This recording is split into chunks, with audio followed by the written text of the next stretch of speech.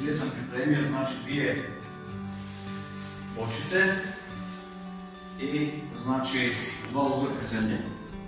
I tu ćemo vidjeti zapravo po tome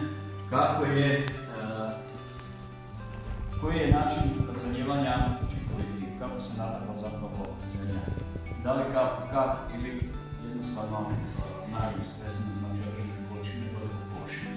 I onda ćemo znači sa meterom izmjeriti na ovim pliticama znači sloj vlažnosti i količinu vode koja se potrošila u 5 minuta kako ćemo raditi zakon. U ove plitice sipamo vodu, ovo je navodnjavanje potapanjem. Sad napuni skroz do vrha i ostavi. Jesi uključio štopericu? Dobro. Ovdje će nam biti malo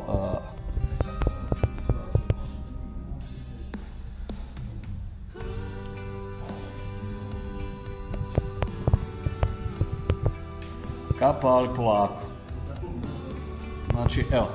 I fiksirat ćemo 5 minuta i nakon toga ćemo izvršiti mjerenje da vidimo koliko se tlo natopilo, odnosno zemlja natopila i koliko je vode potrošeno.